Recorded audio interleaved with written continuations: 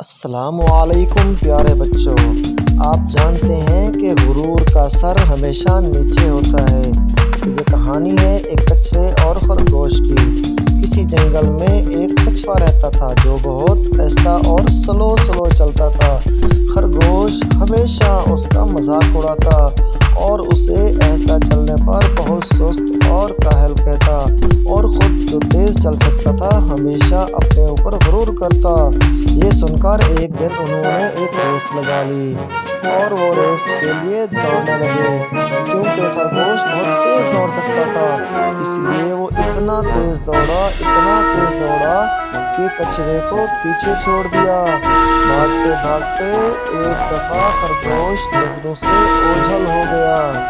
جب اس نے دیکھا کہ کچھوا ابھی بہت پیچھے ہے تو پھر اس نے سوچا کہ میں ابھی آرام کر لوں، کیونکہ کچھوا تو بہت پیچھے رہ گیا ہے، میں تھوڑا سو جاتا ہوں۔